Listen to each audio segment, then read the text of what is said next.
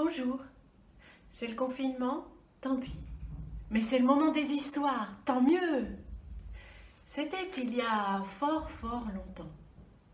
Un riche bourgeois habitait dans le nord de la France, près d'Abbeville. Il vivait du revenu de ses terres. Mais seulement à cette époque-là, il y avait souvent des guerres, et les guerres s'approchaient de chez lui. Alors il a préféré tout vendre et partir à Paris avec sa femme et son fils. Là, il s'est installé dans une grande maison et il est devenu marchand. Et comme c'était un bon commerçant, eh bien ses affaires ont prospéré et il est devenu encore plus riche. Tout allait bien, ils étaient très heureux jusqu'au jour où sa femme est tombée malade. Alors il a fait venir tout un tas de médecins, d'apothicaires, on lui a donné des potions, on lui a fait des saignées. Mais rien à faire, le mal a empiré et sa femme a fini par mourir. Alors bien sûr, le marchand était très triste et son fils aussi. Et son fils en était même inconsolable. Alors au bout de quelques mois, eh bien le marchand a dit à son fils, qui était maintenant un jeune homme, qu'il fallait qu'il pense à lui. Bien sûr, il pouvait regretter sa mère, mais que l'avenir était devant lui et que lui, son père, était prêt à tout sacrifier, à tout lui donner pour qu'il soit heureux. Et il lui a dit qu'il serait temps qu'il pense peut-être à prendre épouse. Il aurait ainsi une nouvelle famille au cas où il lui arriverait quelque chose. Son fils lui a dit que il y avait bien pensé, il avait une petite idée. C'est que de la fenêtre de sa chambre, qui donnait sur la rue, il voyait en face une autre grande maison, où habitait un chevalier. Et ce chevalier, eh bien, était ruiné, il avait dépensé tout son argent en croisade, et s'il avait encore une richesse, c'était sa fille. Et lui, quand il voyait la fille de l'autre côté, derrière sa fenêtre, eh bien, il ne se lassait pas de l'admirer. Alors quand son père lui a parlé de mariage, il lui a dit que c'était elle qui voulait épouser.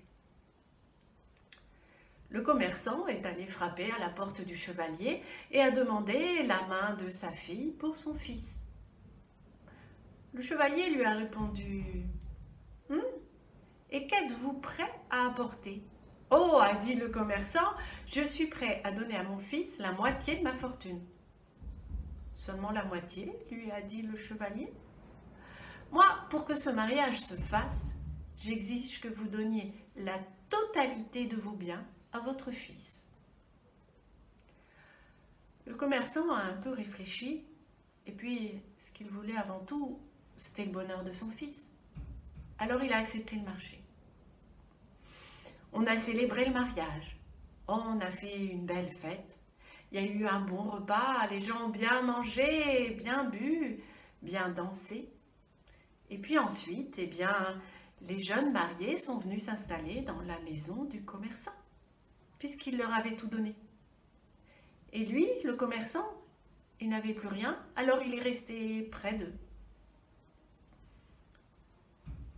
Bientôt, le jeune couple a eu un enfant, un petit garçon. Ils l'ont appelé Martin. Martin a bien grandi, il aimait beaucoup ses parents et il aimait aussi beaucoup son grand-père. Il allait souvent le voir, s'asseoir sur les genoux et lui demander qu'il lui raconte des histoires. C'est ainsi que les années sont passées. 12 années. Au bout de 12 années, eh bien, le grand-père, le commerçant, était devenu très âgé. Il marchait maintenant avec une canne. Et sa belle-fille, elle, tous les soirs, disait à son mari qu'elle ne le supportait plus. Avoir devant elle un vieil homme à table, elle n'en pouvait plus. Le voir là, se traîner avec sa canne, c'était impossible. Et puis quand il mangeait sa soupe, la moitié dégoulinait de chaque côté de sa bouche, c'était trop répugnant. Non, mais vous ne pourriez pas le faire partir ailleurs. Elle a tellement insisté qu'un jour, eh bien, son mari est allé voir son père et il lui a dit « Père, il faut que vous partiez. » « Mais où veux-tu que j'aille ?» a dit le vieil homme. « Où veux-tu que j'aille? Je n'ai nulle part où aller, je n'ai rien. » « Eh bien, vous trouverez bien en ville quelque ami qui pourra vous recevoir. » « Mais qu'est-ce que j'ai à attendre des amis quand mon propre fils me chasse de chez moi? Oh, tu sais, je vais bientôt mourir, j'en ai plus pour très longtemps, alors juste une grange, une meule de foin, ça me suffirait. » « Non, père, vraiment, il faut que vous partiez, ma femme ne le supporte plus. » Alors le vieil homme a baissé la tête. Il s'est relevé péniblement de la chaise où il était assis, et puis il s'est dirigé vers la porte. Là, il a ouvert la porte, mais un vent glacial s'est engouffré dans la pièce. Alors il s'est retourné vers son fils et lui a dit « Pourrais-tu au moins me donner une couverture ?» Son fils a appelé Martin. « Martin, Martin, va donc à l'écurie et va chercher la couverture qui est sur mon cheval noir. » Martin est allé à l'écurie. Il a trouvé la couverture sur le cheval noir. Seulement Martin avait pris dans sa poche un couteau. Il a plié en deux la couverture et schlac, il a coupé en deux la couverture. Et ce n'est que la moitié de la couverture qu'il a donnée à son grand-père. « Mais Martin, pourquoi me donnes-tu que la moitié d'une couverture ?»« Mais oui, enfin, Martin, lui dit son père, où est le reste ?»« Ah, le reste, père, a répondu Martin, je le garde pour vous. Quand vous serez vieux, vous aussi, et que j'aurai profité de toute votre fortune, je ferai la même chose. Je vous chasserai de chez moi et je vous donnerai la moitié de la couverture. »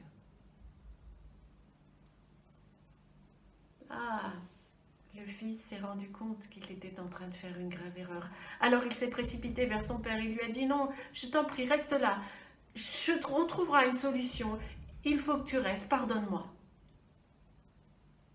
Et c'est ainsi que le vieux marchand a pu terminer sa vie près de son fils et de son petit-fils. Mon histoire est finie, tant pis. Mais c'est le confinement, tant mieux. Alors prenez bien soin de vous et restez chez vous. À bientôt.